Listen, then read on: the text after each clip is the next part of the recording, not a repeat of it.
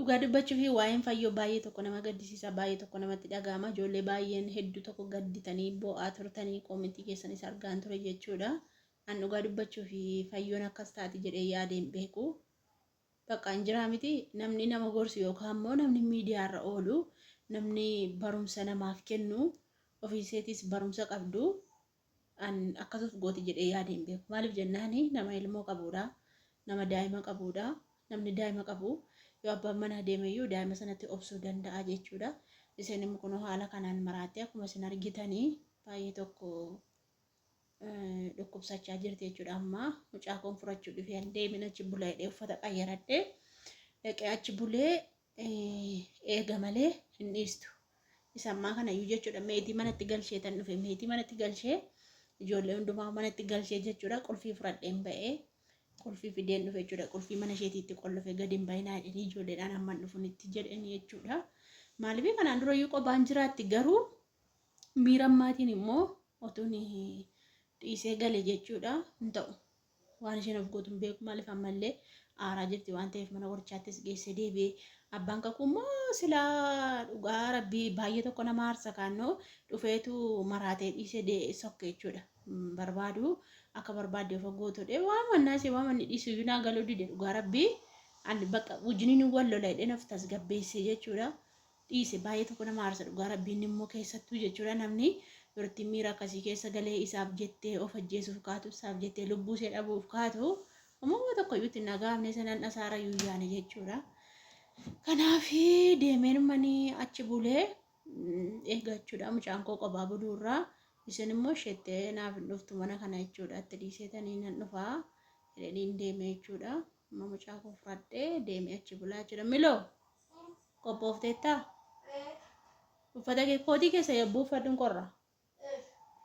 Achi deemnee mucaa kootii wajjinii achi bullee mee waan isheen irra geessu waan isheen taatu walumaan ilaalla jechuudha. Hundaafiyyuu rabbiin ishee hafee waama tokko tokkollee godhaa fi biddeenni jira biddeenni ilaalee jira.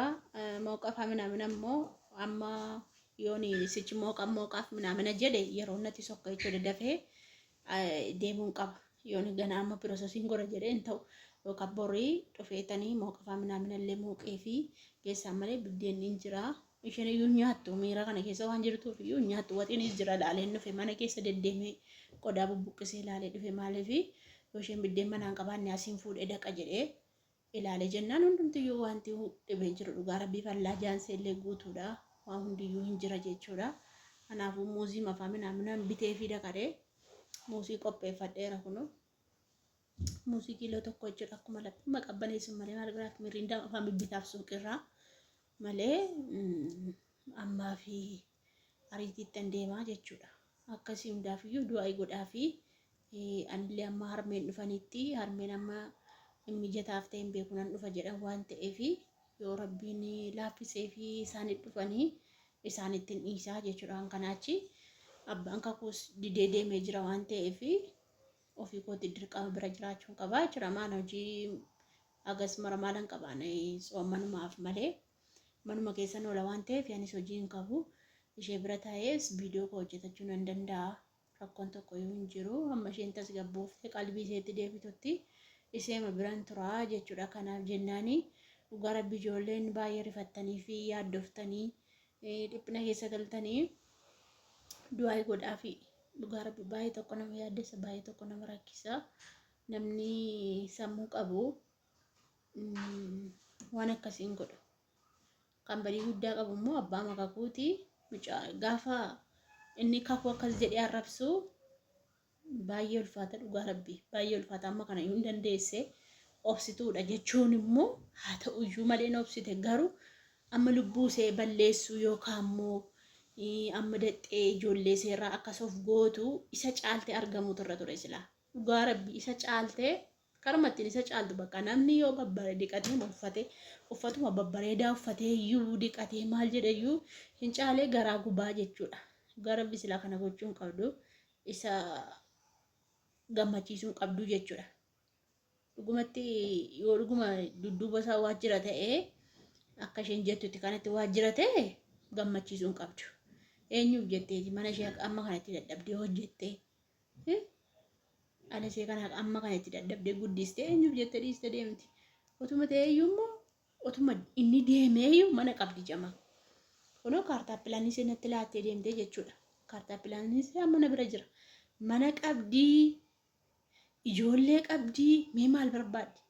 Amma waama yuutuubii kanarraa shaqqalattu waama tokko midhaan qotanii fi maatiin ishee jechuudha. Midhaan xaafii waggaatti kuntaala 2-3 yoo qabaatte bakka isa fa'aa gurgurteeyyuu ittiin nyaata midhaan bitatti rakkatti turteeyyuu jechuudha. Mana qabdi waan ta'eef dhugaa rabbi sila rakkatti fayyoonii ammatuma isa dhiifteeyyuu jechuudha. Ani kana waan isheetti ani dhugaa rabbi waanuma isatti ishee rarraasu kana naa galuu didee gorseen dadhabeen keessaan sagalee yeroo meeqan itti guura waasaappiidhaanis yeroo kaanis nan dawwalaa fi inuma taasaa guyyaa guutuu walitti taasaa oola yoon jedhe soban qabu fayyoo wajjin jechuudha. Guyyaa guutuu see taasaa oolaa jechuudha. Dhugaa rabbi maaliif inuman gorsa baqa akkasiin irraanfattuu fi akkasiin dhiiftuu fi yoo isheen dagattee jala deemuu baattee innillee jechuudha of taazzabaan dhufa na tuffatteerti jedhaadha. Amma isheen jala deemti inni bobboone tola hin jedhu. Dhugaa rabbi dhiira jala deddeemnaan hin taatu bara. Yoo itti bobboonte malee dhiira jala deddeemnaan isuma malee wanta dhiirri hin jirretti fakkaata. Isa malee jechuudha waa'umatii dhiira kan biraan argannetti fakkaata jechuudha. Kanaaf jennaan isheedhaan itti booni malee jala deddeemtee hin kadhatinii isa takka itti uffata bittee fi sapiraayis gootuuf kunoo inni ijatti isa darbatee inni kanayyuu gammata hin jiru. Jaartii biraa booddee jira yookaan fuuchuuf isa jettu kana amma ka'ee amma fuudhu ofumaa isa qalbii kee of hin cabsiniiti ijoollee kee guddifadhu hin jennu. Ijoolleen sadii ijoollee namni ijoollee tokko qabaateeyyuu walii ka'a. Namni cirootu hin qabaatin iyyuu walii kuu danda'a miti hin jira. Kanaafuu jenna ishee immoo ijoollee qabdi sooressa bara dhugaa rabbi. Namni ijoollee qabu sooressa baay'ee nama cimtuudha. Isheen immoo garuu diddee jira kaatti hundaafuu ana abbaa manaa fi haadha manaa gidduu hin goruu sanas kanas hin jedhu rabbi walitti isaan adeemsisu. Akka argitanii baay'ee tokko olaasaa viidiyoo isaa keessatti yoo argitanii bakka kabajaan qabu dhugaa rabbii. Kabajaan qabu anduraan dhugaa miskiina waan itti fakkaate gaafa ni ilaalu garuu kabajaan qabu kunoo olitti taasa'a jechuudha. Tuma ta'ee dhiisee fi irra darbuu fi qabaa jechuudha. Dhugaatti dhugaa ani isaan bukkee taayyuutti ni maal dhugaa rabbii maaliif jennaani gaafa isheen akkasitti boossu garaan hin danda'u. Dhugaa rabbii garaan kun hin danda'u. Waan fedhillee naan jedhu yoo barbaadillee naa lolu yoo barbaadillee naa arrabsu waan tokko waan na godhu tokkollee hin qabu jechuudha. Dhuguma jiru itti dubbadhaa jechuudha. Dhuguma jiru itti haasa'aa jechuudha. Kanaafuu abbaan kakuu baay'ee tokko balleesse dhugaa rabbii baay'ee balleesse jechuudha. Rabbiin nagaa buusuu fi sheexanatu gidduu galee jeeqaa jira malee isaan jaallatanii miti jechuudha. Dhugaa sheexana tokkos godha sheexana cimaa gidduu galee jira jechuudha malee namni jaallatee waan xiqqoo kanaalee waliin lolu wanta darbee waliin lolu jechuudha. Bakka waanuma baay'ee tokko nama aarsa dhugaa rabbiin nagaa buusu waan hin jiran qabu rabbiin tokko isaan haa godhu. Nuti gammachuu isaanii gammachuu fayyoo gammachuu isaa barbaanna.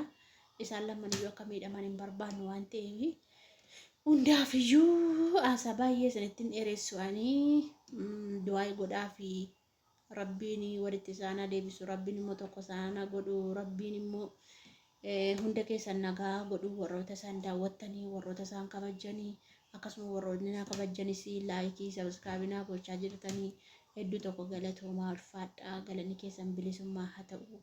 Baay'ee isin jaaladha baay'ee isin kabajaa bakka jirtanitti nagaa fayyanaa ta'a isiniin jechuun barbaada.